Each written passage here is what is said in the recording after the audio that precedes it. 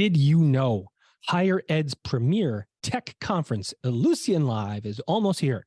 Join industry leaders in New Orleans, March 26th through 29th. Discover insights and game-changing solutions to unlock possibility and drive student success. Register at elive.ellucian.com. Epic. 3 higher ed authors, 100 plus college and university presidents, dozens of actionable insights for academic leaders. Commencement, the beginning of a new era in higher education, is now available on Amazon.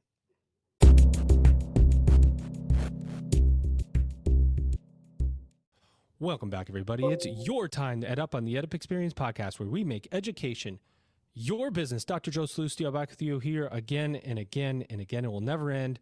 We're over 550 episodes, 240,000 downloads. And if you didn't know, we took our first 125 college presidents and we wrote a book called Commencement, the beginning of a new era in higher education, that is out now.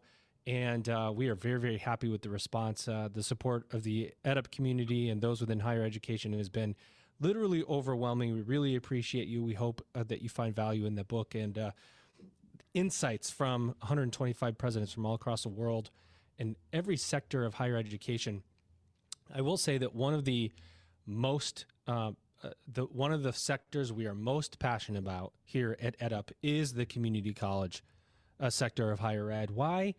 For a number of reasons: access, equity, cost, unbundled education, which I hate the word unbundled because it's always existed, as if it didn't exist before and all of a sudden it's unbundled. Community college has been doing it forever.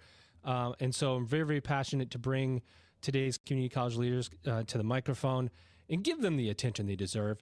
My guest co-host today, he's been on as a guest, and here he is. He's coming back. He's Dr. Chuck Lloyd. He's president of White Mountains Community College. Chuck, welcome back, my friend. How are you? Great to be back. Great, excited, living the dream, as I always get to say. But just excited to be with you and to be able to talk with one of my colleagues here for a nice Friday afternoon. Love it. For anybody that, obviously we do audio only, but if there was video, you would see literally that Chuck Lloyd has a sign behind him on the windowsill that says "Living the Dream," and boy, did he, and a shovel right below. Doesn't everyone need one of each? So to live the dream, you got to be shoveling snow out there, I think is what it comes down to. I love it. Well, Chuck, we're honored to have you back, and I think this is going to be a fun conversation with our guest. And I think he's got a lot to say, so we want to hear what it is. Ladies and gentlemen, he's Dr. Luis Pedraja, and he's president of Quinsigamond Community College. I think I got all that right. Luis. You got it. It takes a while to learn how to. Yeah. First time for that. Welcome to the EdUp Experience, Luis. We're excited to have you. Let's level set for the audience. We're going to say, for the benefit of this, of me mostly, Quinsigamond Community College. We're going to say QCC for the rest of this episode because I'm guaranteed to screw it up. But QCC, I think I can get it right. Where is QCC? Talk about the work you're doing and how you do it. Well, QCC is located in the heart of the Commonwealth of Massachusetts in Worcester. It's about 45 miles west of Boston, and we serve the central Massachusetts area. We have, on average, about 7,000 students that are on the credit side, and about another 2,000 or 3,000 that come and do non-credit, workforce development, on-demand training, multiple ways of them attaining their dream of achieving a degree or the expertise they need to move ahead in their careers. Can you talk a little bit about the demographic of students? What kind of backgrounds do the students have? Are you pulling from different areas, different cities? Can you give us a little flavor of who you're serving? Well, like most community college, there is not a stereotype student. We serve anything from recent college high school grads are starting their college, maybe thinking of transferring somewhere else or getting the certificate, to single parents, working adults, people that never went to college but now feel they missed out and they want to come back. People that are working in industry and they would like to just go ahead and get that little bit extra bit of skill that will help them be more competitive in the degree. A lot of our students are first generation students.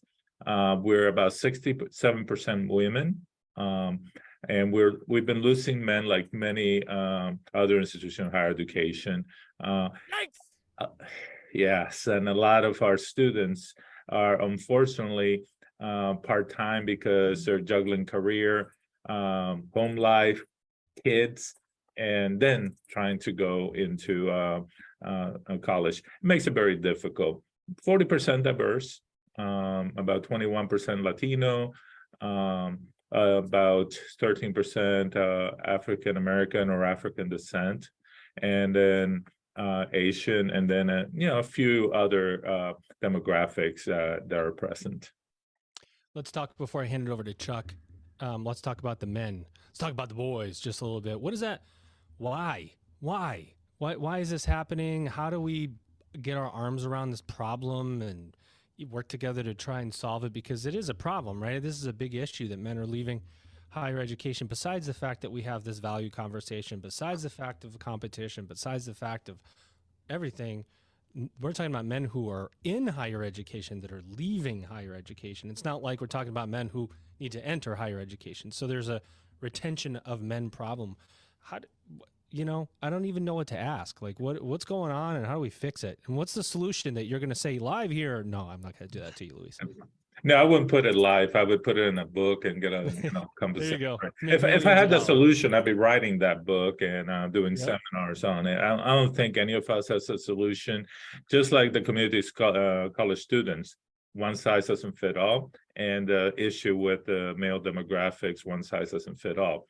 Could be a little bit of men tend to be more hands-on, and a lot of the academic programs have geared more towards in-classroom education and moved away from some of that hands-on. It could be that some of them are trying to go into the workforce directly because of the needs of their families. They have to provide. Often, if they're married and have kids in a more traditional household, their spouses might have to spend more time with the kids at home, so the men take on extra jobs. Mm-hmm. And I think in the last couple of decades, we haven't emphasized education for men as strongly as we've done for women. And I think there's been a certain loss that has affected the male demographics more. But I wish I had a one-size-fits-all solution or a quick answer. I don't think there is. The debate's out there. Just recently, I saw a news story about men also leaving the workforce. About 7 million men that in the traditional age that you find workers left the workforce, and they're not looking for jobs. I don't know where they've gone. I was going to say, where the heck is everybody? Well, that's a problem we're all working to solve, and Chuck, you're working to solve that too. But before it's funny, in my last episode, I did this with a guest co-host, and I said, everybody always asks me, how do you transition from, your questions to the guest co-host? So I decided to download a transition. Now it's your turn. Like that? That works. And just for our listeners, I'm up in New Hampshire, right next to Massachusetts, not far, probably 150 miles or so from Luis's campus. I've been to his campus, and as we're talking about it, and particularly around males, or I'll just say retention in general, Quinn Sig is a comprehensive community college. Athletics, student life, student activities. So when we're talking about programming, I guess I'd love to just hear more around, what does that look like from an outside of the classroom, the co-curricular education for students, and how we're trying to engage them when this is probably the hardest term, I don't want to say post-COVID, I'm going to say post-COVID. How do we get people re-engaged where they were? Student government, activities, athletics, what does that look like from a retention lens? Retention is a challenge. For instance, this semester, we did better in new students. We're up in the new student demographics and the students that are coming. We couldn't retain as many, and that's hurt us. And I think, life gets in the way for them. In community college, it's hard for them to engage in those co-curricular activities. And, they're working, they have family responsibilities. Some of them are older. So trying to get them more engaged means that we have to do a broad approach. we're now highlighting the sports programs, trying to get people to go out there and support it. Everybody likes a good game and watch. We're live streaming them. So if you can't make it to campus, you can watch it. We're trying to promote more of the clubs and activities on campus. We're developing wellness programs. We have a new app that students can use so that they can talk to other students, do peer counseling. We're developing mentoring programs. We've had a very robust one for now, and we partner with community, with AbbVie, a manufacturer here, with the city of Worcester, with Hanover Insurance, with the Bar Association, and they come in and they support our students, because a lot of those first generation students never been to college. I was a first generation college student. My parents didn't know what to, I asked them, so what should I do? I don't know, never been there, figure it out, talk to people. So this mentoring is great because it engages them. They bring, they can encourage, and gives them that social capital that a lot of the students miss. And we even have a lot of programs like first year experience, which I think is crucial to get students acclimated to college and to encourage them to engage in programs and clubs and leadership. A lot of things, and trying to do that. Again, that one size fits all approach doesn't work. It's trying to figure out different things for different people, personalize the services to students. Nailed it. Nailed it, absolutely. I couldn't have said it better myself. I mean, one of the things as you're talking here and listing all these different, a very diverse array of offerings, but you're trying to really hit a niche for everybody. There's something for everyone. And that engagement. And first of all, when you said your new students, you're up, which, anyone who knows anything about the Northeast, and some of this is in your book, Joe, just around demographics, for a college in general, but a community college to be up with new students, increase in new students, you're doing something right on the front end, recruiting, bringing them in. And I can't help but help myself wonder if it's all of these offerings also, bringing students in.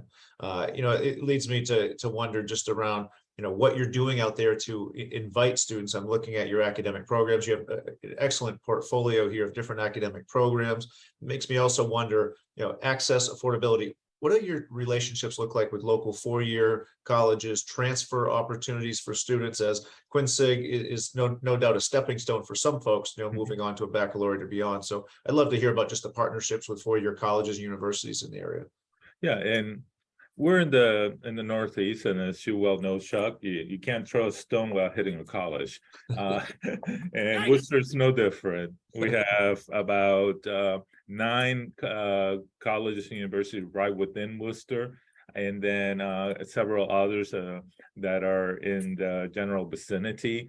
We have the Higher Ed Consortium in Central Massachusetts. The presidents are involved in that, and I was honored to serve as the president of that group last year. And we talk and we coordinate. We have articulation agreements with all the institutions. Worcester State is just miles away. I get breakfast with their presidents once a month. We're talking partnerships. I think it's crucial to maintain those relationships for the students that want to go on, to be able to move on. And all the studies that are out there that we've done within our area show that our students do as well or even better than some that start there. Worcester Polytechnic Institute, they love our students. They transfer there, they do well. Same thing for many of the other institutions around here, Assumption, Anna Maria, Clark. We have the partnerships. Can we do more? Yes, absolutely. Get those 2+2 or 3+3 programs going, where the student can start and transfer and complete even a master's degree, get more clear data on how they perform. Because since I came to QCC, I've had this phrase: we're not going to stop until we achieve 100% student success. People say, yeah, you can't try, you can't do that. Of course, things happen, but I said, then we won't stop trying. But one of the things I come to realize is that it's not just success here, getting them through the degree, getting them to graduate. It's, can they succeed when they enter the workforce? Can they succeed when they transfer? And now we're looking at that data, making sure that we're preparing them to move into their to the next chapter of their lives. When you I do want to touch on the retention conversation again, because I love talking with community college presidents about retention, because there's like a spectrum of retention. There's the student that's got a high estimated financial award, they're well off or more well off, and you're trying to get them to register for the next term. Can that be considered retention? Yeah, I guess it could be if that's what you're used to. And then there's another side or another part of that spectrum that is, you have a student who in their mind, every single day they come into school is thinking about whether they can do this or not.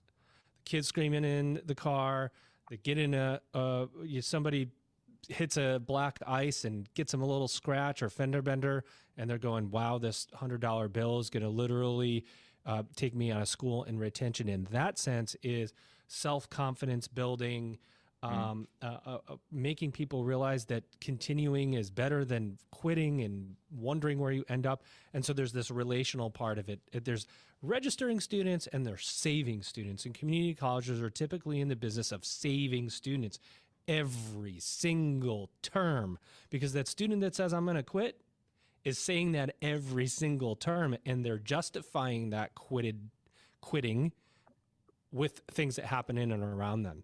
So it's a hard business to be in, and it's all the time a game 100% of the time. Yeah, you nailed it. I think our students are so different than what people imagine. When they hear college students, they think, oh, it's 4 years, their parents sent them, they have the dorms, they have the food there. 50% of our student population, according to the Hope Lab study that was done in 2018, is food insecure. That means they're coming to class hungry. Can you imagine concentrating in class when you're hungry? They're about 11% are housing insecure. We found students who are living in their cars, and we tried to help them, get them in a place. And as the inflation grows and prices go up, we're having to deal with that. We started a food pantry. When I came, we started, it was a closet. Now it's 3 rooms. We have refrigeration. We have a state-of-the-art system that students can use an app and pick out their food just like Instacart, so that they don't feel the shame of having to get a handout. They go in. Amazing. Yeah, they go in and it's ready for them, and then they can pick up some of the frozen food thanks to some money from some of our generous donors and United Way and the Worcester Foundation. We've been able to purchase a refrigerator truck. We have lockers in the cafeteria, food lockers, so that students can get a code for and get the food when the food pantry is not open, and heat up stuff there in the microwaves. And our culinary program fixes dinners, freezes them. We have in the food pantry. A student in campus are hungry, don't have enough money to go to the cafeteria. They can go pick one of those up, heat it up, and it's ready. When I came into higher education, I wanted to teach and help students as a faculty member. I feel like now we're a social service agency, but also a social change catalyst. We are a hub for social justice. We support the students with the food. We support them with mental counseling. We have 2 counselors. We only have 1 for a walk-in and 1 counselor for 7,000 students.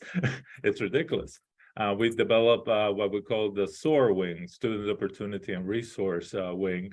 And the food pantry is there. We also have the mentoring program there, the counseling, but we also help them with finding housing, dealing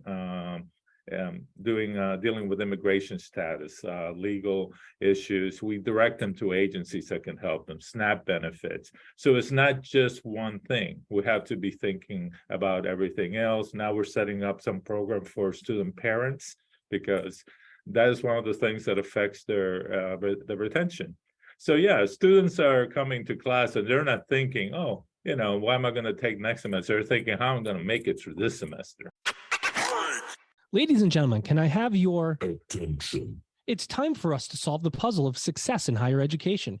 Get your ticket to Ellucian Live for industry insights, powerful connections, and innovative solutions. From March 26th through 29th, join peers from around the world in New Orleans to unlock the possibility and drive student and institutional success. Learn more and register at elive.ellucian.com.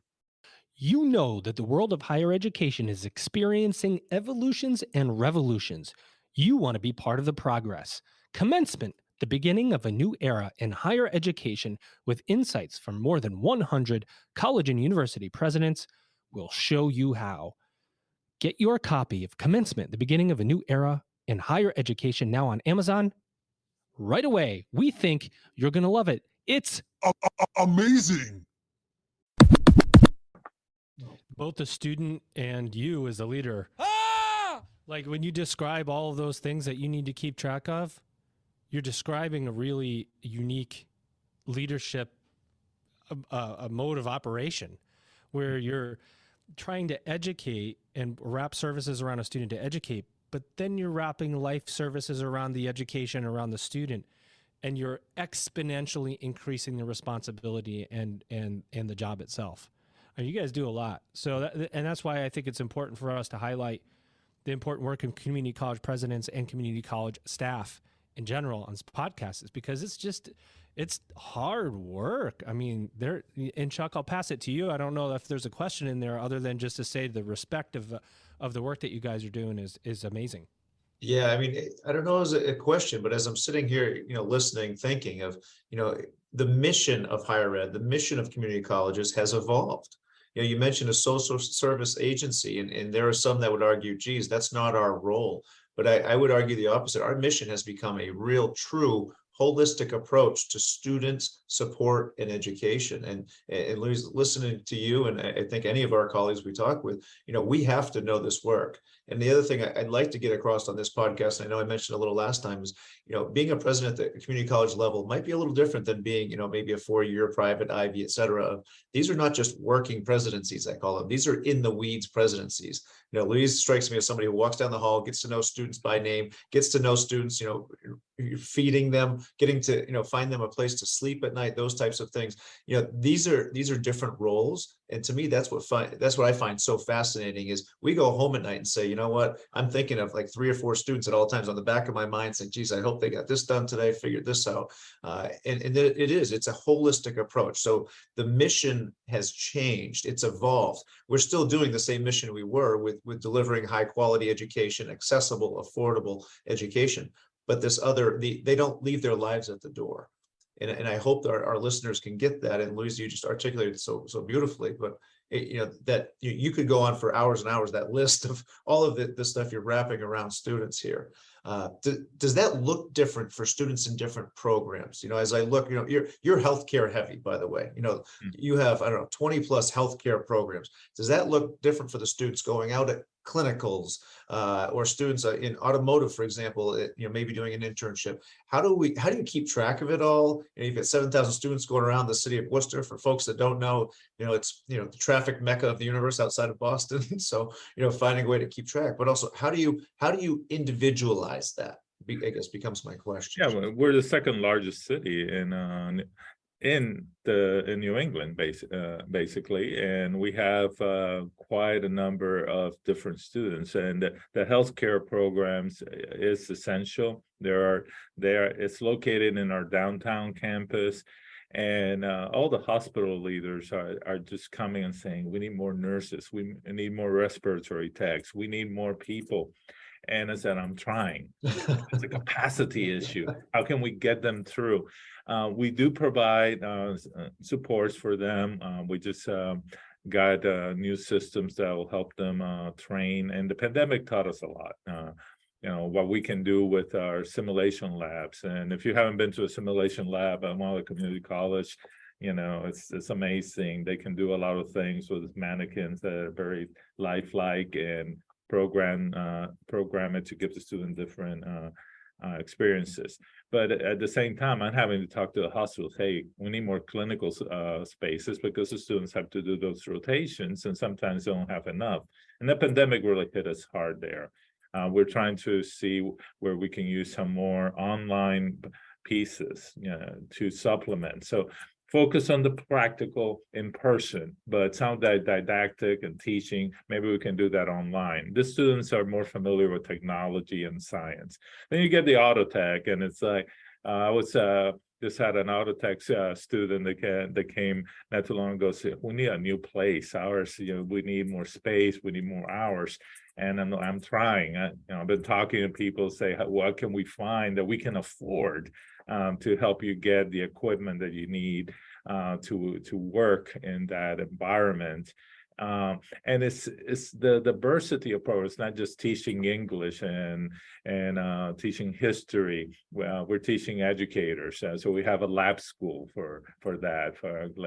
And then on the other side, we're preparing engineers and need more specific labs, and then the more tech oriented fields that need more hands-on areas. So to support them, we do provide mentoring for all the different types of students. We are increasing our number of counselors. So we're moving our advising from the general approach, let me help you get a class, to a more case management approach. So that's more personalized to the student needs, and then setting someone that specializes more in healthcare. And then as they move on to their second year, then we might get a faculty member that knows their field to work with them, to give them that support. And trying to maintain some of those support services in multiple campuses is a challenge. The bulk of it is in our main campus. That refrigerated truck, for instance, that we got, now we can take food to some of the other campuses and have students be able to get food there. It's like running a small city. It is. I mean, as I'm listening to you, there's another term that comes to mind is sort of the just-in-time nature of this, the just-in-time interventions. And you mentioned about really the advising being almost like an intake process and onboarding, and everything I'm listening to here is really part of the almost like a guided pathways theme of meeting students where they are, just-in-time interventions, and then sort of the placement and the treatment, if you will. So I mean, you're on the cutting edge here, Luis. I don't know, this is Joe, I'm impressed. I'm super impressed. I love it too, because I like the case management approach you're talking about, because as we're talking about retention, you think that everything that you do that creates a more relational a connection helps retention, or at least that would be part of the intent, right? Is that you have a case file that this person and their excuses and tendencies, because we do know that students in general, I don't want to say excuses, but life happens, and it's easy to take a life event and then justify why you can or can't do something with it. Knowing that person and knowing those life events makes a big difference when you recognize the person telling you on the other end of the phone or in person, you can't quit, you need to go to class. If that person said it before, it means more than some random person saying it. I mean, I think that we're talking about the era of personal connection in higher education, aren't we? Because it's moved from, it was that way in the past, and then it went to the MOOCs and the internet and all online. And it's like, then how do we take this technology and make everything more personal? It's this journey of personalization, don't you think? It has to be personalized. You just cannot look at a student as an abstract. When I started in higher education, I used to do accreditation for a while, and then I've worked in 4 years in privates and publics. One of the things that kind of hit me when I started working with community colleges in a lot of places, and this was a while back, but it almost felt like it was a DMB approach. The student come, take a number, very impersonal. You need us, we don't really need you. And the reality is we need each other, and we need to work together. And that personalization piece becomes essential. So I try to move away from the one size fits all to that, how can we help this particular student? So this type of advising becomes essential. I'm a first generation college student. So my first year in college, first week, I'm sitting there in front of the dorms looking out the athletic fields thinking, what the heck am I doing here? I'm Latino, came from the inner city, low income, and nobody here looks like me. And it's like, maybe I'm in the wrong place. And I can imagine each single student coming here, oh, I'm a working adult, or I'm a parent, and what am I doing in college? My parents never went to college. What am I doing in college?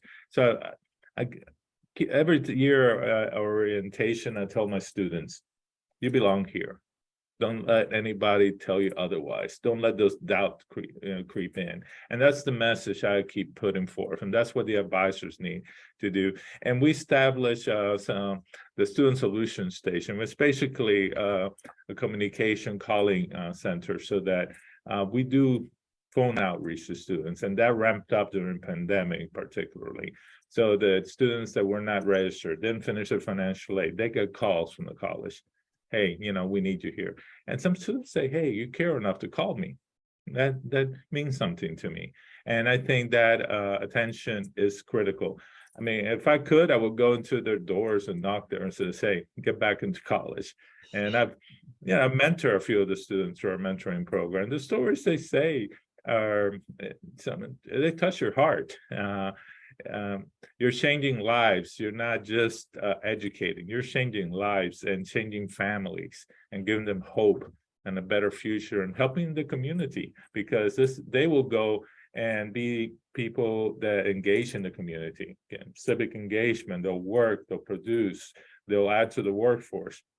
I think that's essential.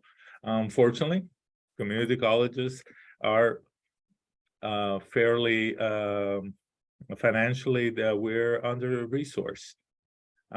We have to do a lot more to help the students succeed, and we do it with a lot less, and we do it really well. But I wish I had a little more. I think I we all like your wish we had a style, few dude. more dollars, but I would tell you what, first of all, your passion's bleeding through the sound waves here, which is awesome.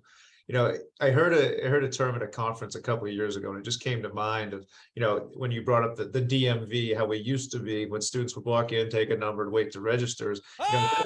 At that point, we were saying, why are these students not college ready, right? Why aren't they ready for us? And really, there's been a mind shift around to saying, how do we become more student ready? So colleges have become student ready to wrap our minds around what does it take to make sure they have that sense of belonging, make sure we're meeting all of their needs from a holistic approach, and really this wraparound feel when they walk in the door, not the stand back, standoffish aspect of the DMV. So that just came to mind, and your passion again bleeds through the airwaves here. I appreciate that. Well, I think it really makes a difference if you connect with a student, if you engage them in those first few weeks and get them talking to you, sharing their life stories, and working with you. They need to feel like they're at home, they belong, they have a purpose here, and they have an opportunity, and we're going to help them achieve. And my pet peeve is all the barriers that we've put in place. A lot of the developmental ed placement tests, we've done away with the OccuPlacer. We've done away, most of the developmental ed, we've moved to co-requisites. Yeah, some of them need support. We're doing boot camps. It's not about finding barriers. It's not about gatekeeping. It's about on-ramps. We need to get them up to speed and move them on. Speaking of on-ramps, yeah, you do have that, totally right. You do have your workforce and continuing ed area, and you offer a lot of short courses, in and out type training. How important is that to the ecosystem of a community college right now, given the environment of skills-based training, or maybe degree, maybe no degree, but I do need some type of higher education? Is that a growing part of the business? Is it creating a pipeline for you? Or are you really seeing one-offs? Oh, I really think that these type of programs and just in-time education, reskilling some of the workforce, it's essential. Higher education is changing. And when I did my all college day speaking to everyone in the fall, I said, we need to start thinking, are we in the business of granting degrees, or are we in the business of education? And education means more than just a 2-year degree. It means more than credits. So we have programs now, for instance, we have a lot of biotech out here. We have Moderna, Pfizer, they're all in the region, in the area. We have AbbVie, that's a biomanufacturer, and it's just growing. And they need techs, and they pay well. So we develop a 10-week program, and particularly combine some of it with ESL for students who might be English learners or immigrants. And it's just on lab skills, on the vocabulary they need, on the soft skills, working in a team and so forth, because some of them need that as well. And they're getting jobs, and people say, "Can we get more?" We've ran several sessions of that, and we get workforce funding that helps support those programs and partnerships that help support it. And some of our biotech partners are also sending people to help with the lectures, because that's a synergy between the industry and the educators needs to be there, and it has to be a full partnership. You need people, okay, help us train them. We'll train them for you, but you have to be there to give them jobs. You have to send people, talk to them, to let them know what the specific skills are that you're looking for, and then we'll do it. I think one of the challenges that we have as colleges is the industry tells us they want people, but they don't talk to us, they don't plan with us for future expansions or the future needs. We're teaching students that are going to go in maybe 6 months to 2 years, 3 years. So we have to prepare the programs, and we have to give them the skills and keep up to date. So that partnership is critical for workforce, and providing those just-in-time degrees, that's going to be more necessary. It's going to be more about what the skill sets that are needed are. So you'll still have the traditional model. People are going to go and transfer and go to the 4 years, save a boatload of money because we're affordable, and get good education, very personalized. But at the same time, you got people that are like 40s and 50s. Some of them even have bachelor's degrees. Says, I went into business. That's not what I like. I want to go into healthcare. So they come back, take courses here, so that they can go maybe into nursing or into some other profession. It's a different world. It's a one where college is no longer just limited to the traditional. It's about continually evolving and helping people get educated and achieve their dreams and their goals in life. And that might be different from one to the other, and we have to be ready to meet those needs. Epic. I love it. Chuck, last questions from you before we close, give them the final two. Oh, geez, my goodness, no pressure. Well, I mean, you just wait, let me set you up for it. Oh. Prepare to be astonished. Okay, now ask your question. I mean, really. So you, you just ended with success really looks different for every single student.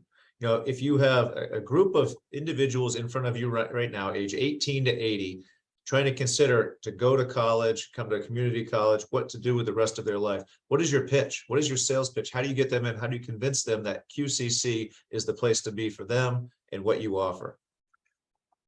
Well, we're still trying to work out how to convince everybody, because obviously we could do a better job of letting them know what we have available.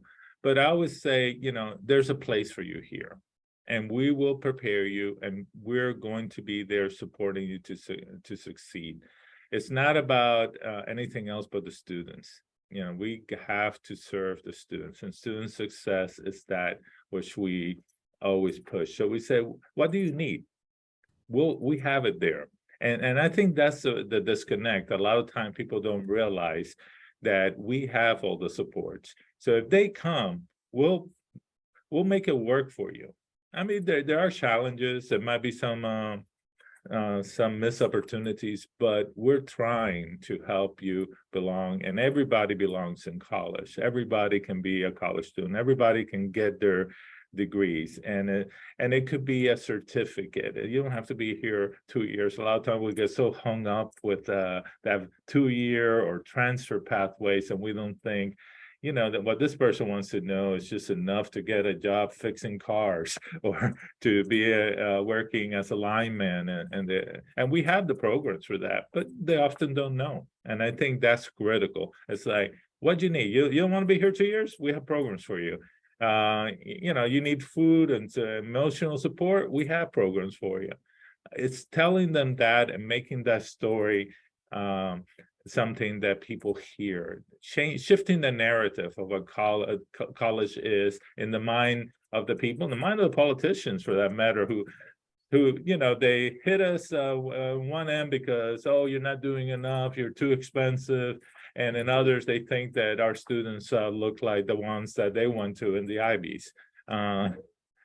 I think it's important. Community colleges serve 50% of the population of undergraduates, but they often get the least amount of money. Here in Massachusetts, 25% of the state appropriation divided over 15 community college, the state appropriation for higher ed. UMass gets 50, the public universities get 25. There are 9 public universities. There are 5 UMass. There are 15 community college, and we got to make do with 25. Now, we're getting more attention, getting more love. We still need a lot more. I think what you're saying is, Show me the money! Absolutely. you know what? You want us to educate more people in community colleges? Then give us the resources to do it, right? I mean, I think that's what it comes down to, because there's never enough resources, and there seems to be an ever increasing need of students to continue their education today. And so, show me the money. That's what he's saying, Luis. I'll say I said it for you there, but we appreciate it, and we like to ask every guest the final 2 questions, same final 2 questions.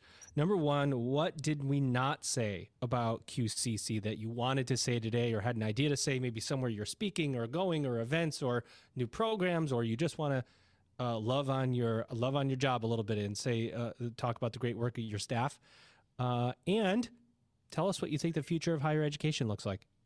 Well, on the first part, I have an amazing team, and they pulled through during the pandemic. We have faculty and staff that were volunteering to come here, fix food packages that the students that had a need could come and pick up. We put it in the trunk of the cars, no contact, and we did that once a week. And it was my team that was doing this. I came with them, but they were here. Deans and faculty members, maintenance workers, they cared about the students enough to do that, and that's important. We gave out laptops. Even before the ARPA money came, we were giving out laptops to students, hotspots, and we discovered that a lot of them had connectivity issues, or they didn't have the equipment to transition to online. So my staff did an amazing job. We prepared. And I have great people. I won't be able to do my job without them. They're the real stars. I just, sit back and look at them in amazement, and at the same time, get in there with them. It's important to connect with the staff. You can't be just up in your office as a college president. I do coffee with the faculty and staff. I do pizza with the president for the students. You have to be out there in the mix of things to hear. You have to be involved in your community and talking to them and learning, and that's what we strive for. We say we're the QCC family, and that's true. We're a family. And like all families, there might be some dysfunction, but we work and support each other, and we move ahead, and we've always set on the future. Future of higher education, oh my God. It's like no pressure. No pressure. It's like wait, let me make sure I'm recording every moment of this answer from. No, go ahead. Yeah, it's I've been in education for over 30 years in higher education. I've seen multiple universities having work in accreditation, and education is always changing. But the problem is that it changes too slow. It's like moving an oil and steering an oil tanker. It takes forever. Well, let's start the insanity. I think we really have to adapt. You talk about like the new AI technology, Chat GPT, and people are like, oh my God, what's going to happen with that? And the reality is it's a tool, just like spell check was, just like other things. GPS. GPS. You can be afraid of it, or you can learn how to use it to benefit the students, to benefit education. But you also have to think how you stay ahead of that. We got to think that there's more competitors out there. Traditional students here in the Northeast in particular are not there anymore, and everybody's competing for the same set. So we have to be more nimble. We need to adapt, and we need to look at technology not as the savior and not as the enemy, but as a tool, just like the typewriter was, just the computers, just like everything else. And we need to think of models that go beyond the tradition. Nothing wrong with tradition. Keep that for some, but there for others that it doesn't work. So we got to look at hybrid. We have to look at sim labs. We have to look at the virtual learning. Those things are going to open up the world and also make it more accessible for students and more flexible. I have students that I love the online classes because I get to sit there at lunch at work and do my class. The other students said, that's just not working for me. I don't have good technology at home. I got a bunch of kids. I need to be on campus. We need to adapt to that and develop different models and different approaches and stop, being in the past. But, going back to show me the money, investment in higher education is an investment in the future of our community, the future of our economy. When I was in accreditation, I had to meet with a lot of delegations from other countries. It wasn't always the universities. You know who it was? Economic development people. They knew that education was critical to economic development. We've forgotten that in this country. We see it as a privilege. I see education as a basic human right. And I think we need to help educate people if we're going to have a sustainable future. Well, do you guys want to know the truth? Do you guys want to know? Honestly? I like the truth. Always. Can't handle the truth. I couldn't find a reason to use that, so I had to. Honestly, it's you're right on.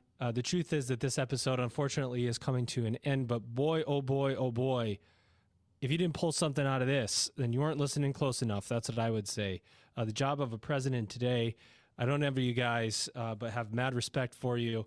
Hard job, serving students, noble work, right? We always forget that we're doing very, very noble work amidst lots of disruption and lots of noise, sometimes from the public that doesn't necessarily help students all the way. So I want to just say thank you to today's community college presidents, and to keep up the good work. We're out here rooting for you, and hopefully we see community colleges continue to grow. And I think we're gonna see a surge of community colleges and the students that they serve. Of course, my guest host today, he's leading one of today's community colleges. He's Chuck Lloyd, and he's president of White Mountains Community College. He's got the mountains in his background, I can see too. Thanks for having me. Pleasure as always. And Louis, such a great time. Always good catching up. Thank you, Chuck. And of course, our guest today, special guest, he's Dr. Luis Pedraja. He is president of Consigamanda. I got it right, Community College. Luis, what an honor to have you with us today, my friend. Thank you for coming on the EdUp Experience. Did you have a good time today? I loved it, and thank you for having me on. And Chuck, thank you for being the co-host. It's always nice to get somebody who understands the job asking you the questions. Friendly fire. Yeah, but it's great dialogue. Look forward to other opportunities and to engage. Thank you, ladies and gentlemen. Great work. You've just EdUp'd. Ladies and gentlemen, it's time for some amazing news. It's time to work together to solve the puzzle of success in higher education. Elucian Live returns to New Orleans from March 26th through 29th to help you unlock possibility for your institution. And yes, the EdUp Experience will be there recording live. Industry leaders from all across the world are converging to discover new insights, game-changing solutions, and powerful connections, all with the goal of addressing higher ed's greatest opportunities and biggest challenges. You do not want to miss Elucian Live. Learn more and secure your seat today at elive.elucian.com. It will be amazing. It's time to level up. The beginning of a new era in higher education begins with you. Order your copy of Commencement, The Beginning of a New Era in Higher Education by Kate Colbert, Dr. Joseph Lucio, with contributions by Elvin Freitas. It's higher education's must-read book of 2022. Discover how you can seize the moment to change higher education forever. Commencement, The Beginning of a New Era in Higher Education, now available on Amazon. For bulk orders, contact Kate, Joe, or Elvin.